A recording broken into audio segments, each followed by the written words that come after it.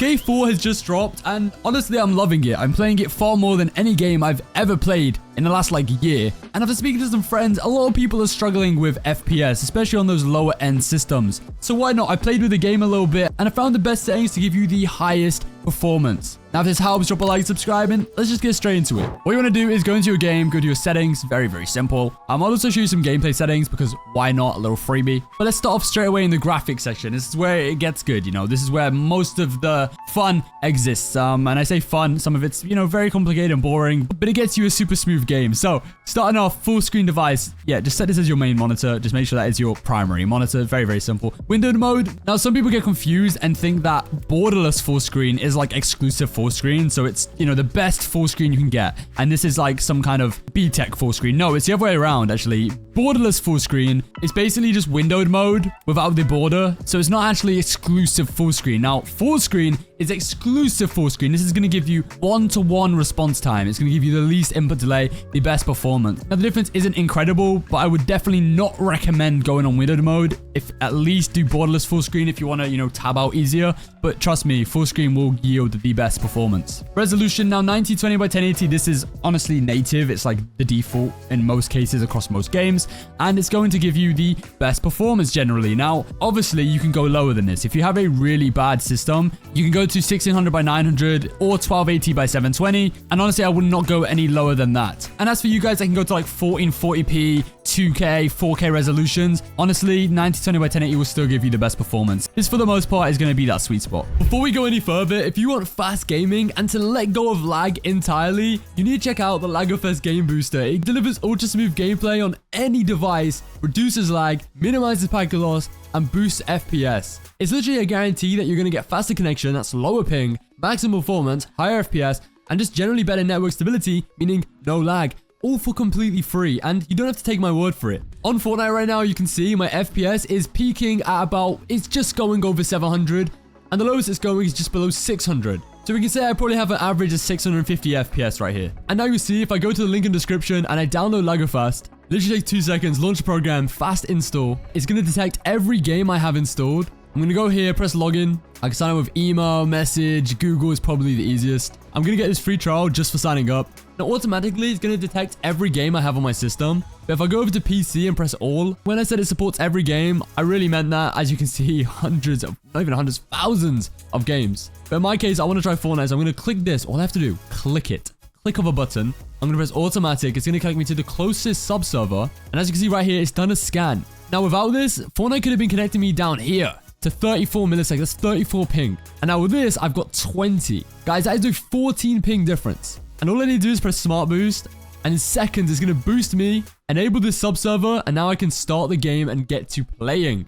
As you can see on Fortnite right here, I'm on double-digit ping. I've got about 14 ping right here. And my FPS is peaking around 750, but it's dropping below 600. So I've probably got an average of 650 FPS. Ping isn't all this does, there's an FPS boost feature. Right here, you can see it's optimizing my CPU. And I can also get a GPU overclock in the click of a button. Yes, this is super safe. It reduces lag, improves performance. All I need to do is decide which one I want. I'm going to go with high performance and enable GPU boost. Now I'm going to press save. And I can also go ahead and update my drivers. Once I've done all of that, I'm going to press start booster. And already it's up my performance by 50% system-wide. Oh, and before I show you the results and how much this has actually helped, for my Call of Duty players, there's something called Easy Lobby. Now, this actually works on all platforms. You've got Xbox, PlayStation, PC, even your phone. It essentially connects you to a specialized Warzone VPN server, which covers 38 countries and will put you in a bot lobby. Yes, it will get you into easier lobbies. Now, this is going to trick the skill-based matchmaking system and give you a lower KD, which allows you to get more kills and win in easier lobbies. I always just press automatic, then you just want to click change location.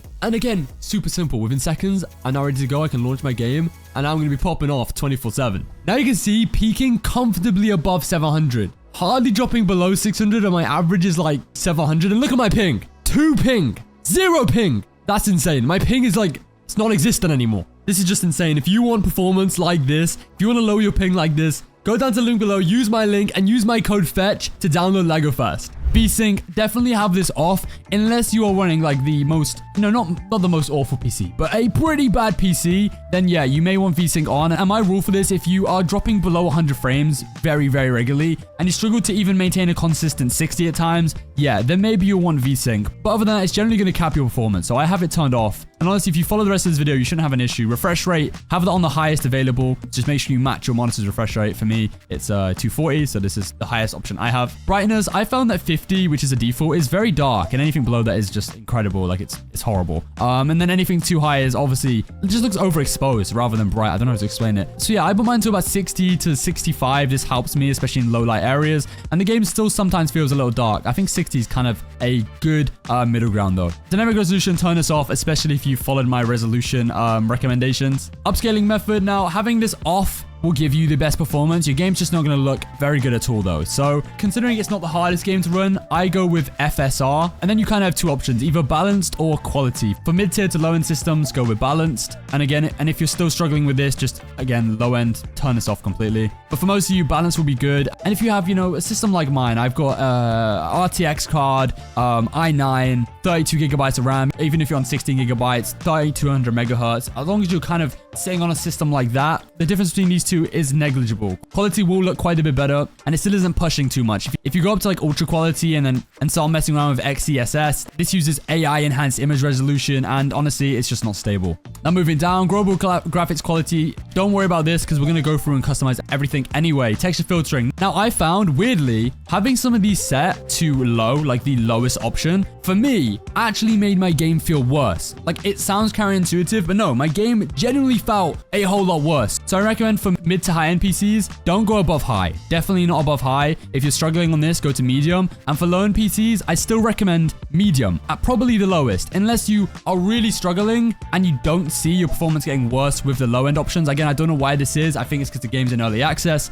but I found more issues the lower I put this. And for me, high or medium was the sweet point. And the difference between these two, not much difference, at least on a system like mine. So yeah, start on high and then work your way down. But ideally, most of you won't go to low unless you're on a laptop. And I suppose low doesn't really matter if you're doing things like, if you're using also like VSync and you're dropping your resolution and whatnot. But yeah, again, high is a good middle ground for me. Usually with other games, by the way, I wouldn't do this. Valorant, Fortnite, Roblox, even Roblox, I would not go on high settings. So this game's quite unique in that sense. Global illumination, definitely have this on static. Again, mostly is on high. You kind of follow the same rule for all of these settings, which is quite nice. Makes it a little easier. Definitely, not even just for a quality of life thing, like in terms of actual like gameplay, you know, you'll have an advantage turning off the depth of field quality and the motion blur quality. Just having these off in general, there will be advantage for you, not just in your gameplay, but yeah, your performance. This is going to help FPS a lot. Definitely. These two, for me, non-negotiable. Turn them off. But going back, that's everything in our graphics settings. Going to general. Obviously, the more things we have off here on the screen, for example, like on our GUI, on our HUD, it's going to give us better performance. It's less that the GPU has to render visually. You know, these are on the screen and they do actually affect your performance. Name tags, I don't need them. I turn them off. Score ticker, this is quality of life. I keep it on. I like seeing, you know, it kind of motivates me. I don't know how to explain it, especially in things like spot battles,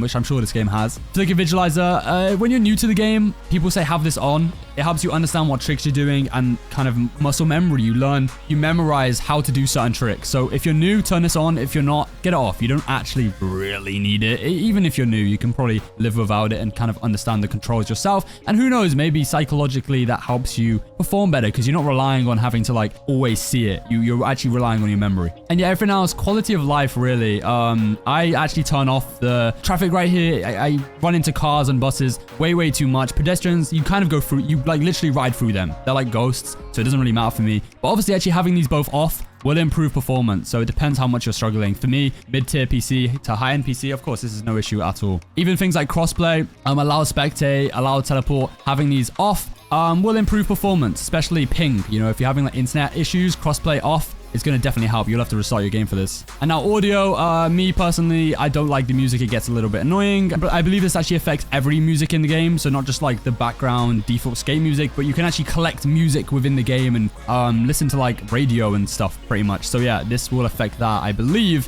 I also these audio settings for me are really, really good. Music, it's totally subjective. The only thing I do turn off is the gameplay V comments. They get annoying, and I imagine it's something that has to process, so it could also affect your FPS. And streamer mode, no one really needs this unless you're a streamer, I guess. Moving to accessibility, I'm just going to quickly go through this. Subtitles, having them off, unless you need them, having them off will help performance. Controller vibration, I really hate this. Let me know down below what you guys think. For me, I just dislike it. It throws me off a bit. Field of view, 80 is a good sweet spot for me. Camera shake intensity, this is going to affect your performance, and it's kind of annoying. Turn that to 0. And also on here, offboard and onboard, turn that down. I have my field of view kind of different. I like to have a wider offboard camera, helps with like parkour and stuff. And then onboard, I like to be closer to my deck to see my tricks. And then last but not least, gameplay. Now, I'm not a pro by any means, but studying other people's videos, other, really good skate players, this is what everyone's kind of using. Now, experienced, yeah, classic is good for me. Streamlined, if you're really new to the game. Classic is a good middle ground. Again, it feels more like old skate. It's just what I'm used to, at least anyway.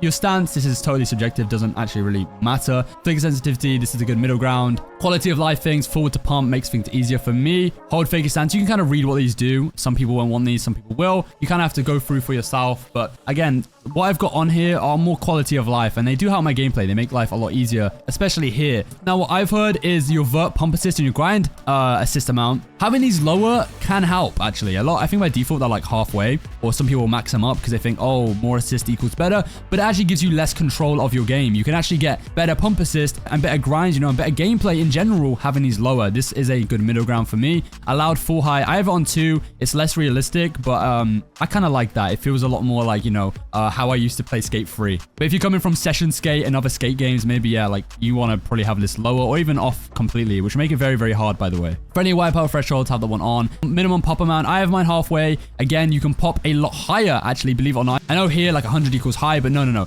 You can pop higher and control your pops better if you have this lower. Because the higher this is, you have to pop your board a lot more to actually get off the ground and really do tricks. And it can make it harder, especially for flat tricks. Things here, everything here, again, kind of quality of life. Go for yourself. Again, I think if you want to copy these, you're not going to have any issue. To me, this feels the closest to Skate 3. If that's something you want to replicate, auto curb hop, this helps me. I sometimes will forget and I just won't jump a curb and I'll go flying.